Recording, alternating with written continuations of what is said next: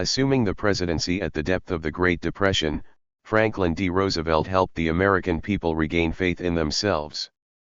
He brought hope as he promised prompt, vigorous action, and asserted in his inaugural address, "The only thing we have to fear is fear itself." Born in 1882 at Hyde Park, New York, now a National Historic Site, he attended Harvard University and Columbia Law School. On St. Patrick's Day, 1905, he married Eleanor Roosevelt. Following the example of his fifth cousin, President Theodore Roosevelt, whom he greatly admired, Franklin D. Roosevelt entered public service through politics, but as a Democrat. He won election to the New York Senate in 1910. President Wilson appointed him Assistant Secretary of the Navy, and he was the Democratic nominee for Vice President in 1920. In the summer of 1921, when he was 39, disaster hit. He was stricken with poliomyelitis. Demonstrating indomitable courage, he fought to regain the use of his legs, particularly through swimming. At the 1924 Democratic Convention he dramatically appeared on crutches to nominate Alfred E. Smith as the Happy Warrior. In 1928 Roosevelt became governor of New York. He was elected president in November 1932, to the first of 4 terms. By March there were 13 million unemployed, and almost every bank was closed. In his first 100 days, he proposed, and Congress enacted, a sweeping program to bring recovery to business and agriculture, relief to the unemployed and to those in danger of losing farms and homes, and reform, especially through the establishment of the Tennessee Valley Authority. By 1935 the nation had achieved some measure of recovery, but businessmen and bankers were turning more and more against Roosevelt's New Deal program.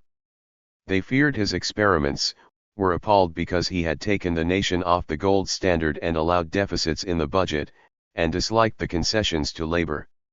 Roosevelt responded with a new program of reform, Social Security, heavier taxes on the wealthy, new controls over banks and public utilities, and an enormous work relief program for the unemployed.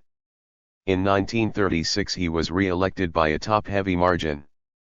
Feeling he was armed with a popular mandate, he sought legislation to enlarge the Supreme Court, which had been invalidating key New Deal measures. Roosevelt lost the Supreme Court battle, but a revolution in constitutional law took place. Thereafter the government could legally regulate the economy. Roosevelt had pledged the United States to the Good Neighbor policy, transforming the Monroe Doctrine from a unilateral American manifesto into arrangements for mutual action against aggressors. He also sought through neutrality legislation to keep the United States out of the war in Europe, yet at the same time to strengthen nations threatened or attacked. When France fell and England came under siege in 1940, he began to send Great Britain all possible aid short of actual military involvement. When the Japanese attacked Pearl Harbor on December 7, 1941, Roosevelt directed organization of the nation's manpower and resources for global war. Feeling that the future peace of the world would depend upon relations between the United States and Russia, he devoted much thought to the planning of a United Nations, in which, he hoped, international difficulties could be settled.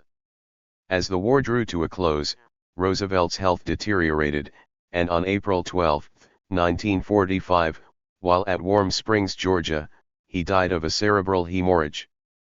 Franklin Delano Roosevelt, commonly known by his initials FDR, was an American politician who served as the 32nd President of the United States from 1933 until his death in 1945.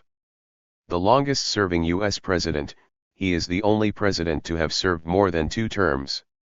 His initial 2 terms were centered on combating the Great Depression, while his third and fourth saw him shift his focus to America's involvement in World War II. A member of the prominent Delano and Roosevelt families, Roosevelt was elected to the New York State Senate from 1911 to 1913 and was then the Assistant Secretary of the Navy under President Woodrow Wilson during World War I. Roosevelt was James M. Cox's running mate on the Democratic Party's ticket in the 1920 U.S. presidential election, but Cox lost to Republican nominee Warren G. Harding. In 1921, Roosevelt contracted a paralytic illness that permanently paralyzed his legs. Partly through the encouragement of his wife, Eleanor Roosevelt, he returned to public office as governor of New York from 1929 to 1933, during which he promoted programs to combat the Great Depression. In the 1932 presidential election, Roosevelt defeated President Herbert Hoover in a landslide victory.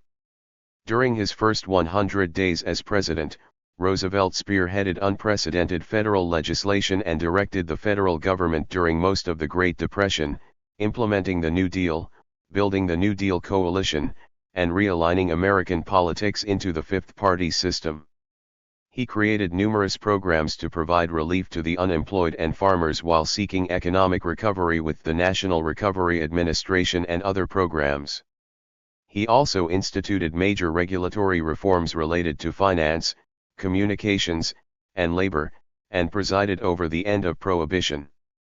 In 1936, Roosevelt won a landslide re-election. He was unable to expand the Supreme Court in 1937, the same year the Conservative coalition was formed to block the implementation of further New Deal programs and reforms. Major surviving programs and legislation implemented under Roosevelt include the Securities and Exchange Commission, the National Labor Relations Act, the Federal Deposit Insurance Corporation, and Social Security. In 1940, he ran successfully for re-election, one entire term before the official implementation of term limits. Following the Japanese attack on Pearl Harbor on December 7, 1941, Roosevelt obtained a declaration of war on Japan. After Germany and Italy declared war on the U.S. on December 11, 1941, the U.S. Congress approved additional declarations of war in return. He worked closely with other national leaders in leading the Allies against the Axis powers. Roosevelt supervised the mobilization of the American economy to support the war effort and implemented a Europe First strategy.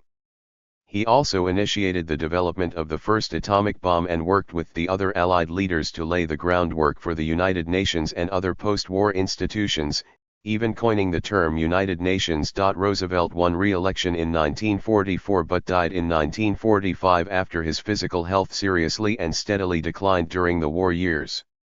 Since then, several of his actions have come under criticism, such as his ordering of the internment of Japanese Americans. Nonetheless, historical rankings consistently place him among the three greatest American presidents. Roosevelt is widely considered to be one of the most important figures in U.S. history and one of the most influential figures of the 20th century.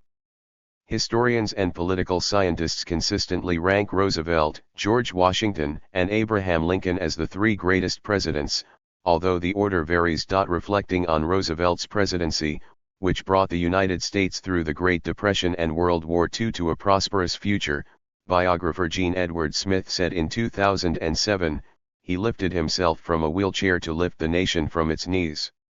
His commitment to the working class and unemployed in need of relief in the nation's longest recession made him a favorite of blue-collar workers, labor unions, and ethnic minorities. The rapid expansion of government programs that occurred during Roosevelt's term redefined the role of government in the United States, and Roosevelt's advocacy for government social programs was instrumental in redefining liberalism for coming generations. Roosevelt firmly established U.S. leadership on the world stage with his role in shaping and financing World War II. His isolationist critics faded away, and even the Republicans joined in his overall policies. He also permanently increased the power of the president at the expense of Congress. His second Bill of Rights became, according to historian Joshua Zeitz, the basis of the Democratic Party's aspirations for the better part of 4 decades. After his death, Eleanor continued to be a forceful presence in U.S. and world politics, serving as delegate to the conference which established the United Nations and championing civil rights and liberalism generally. Some junior New Dealers played leading roles in the presidencies of Truman, John Kennedy, and Lyndon Johnson. Kennedy came from a Roosevelt-hating family. Historian William Lukattenberg says that before 1960, Kennedy showed a conspicuous lack of inclination to identify himself as a New Deal liberal. He adds, as president, Kennedy never wholly embraced the Roosevelt tradition and at times he deliberately severed himself from it. By contrast, young Lyndon Johnson had been an enthusiastic New Dealer and a favorite of Roosevelt. Johnson modeled his presidency on Roosevelt's. During his presidency, and continuing to a lesser extent afterwards, there has been much criticism of Roosevelt, some of it intense. Critics have questioned not only his policies, positions, and the consolidation of power that occurred due to his responses to the Depression and World War II, but also his breaking with tradition by running for a third term as president. Long after his death, new lines of attack criticized Roosevelt's policies regarding helping the Jews of Europe, incarcerating the Japanese on the West Coast, and opposing anti-lynching legislation. Roosevelt was criticized by conservatives for his economic policies, especially the shift in tone from individualism to collectivism with the expansion of the welfare state and regulation of the economy. Those criticisms continued decades after his death. One factor in the revisiting of these issues was the election of Ronald Reagan in 1980, who opposed the New Deal.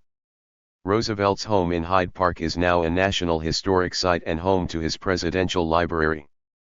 Washington, D.C., hosts two memorials, the 7+1 2-acre, 3-hectare, Roosevelt Memorial, located next to the Jefferson Memorial on the tidal basin, and a more modest memorial, a block of marble in front of the National Archives building suggested by Roosevelt himself, erected in 1965.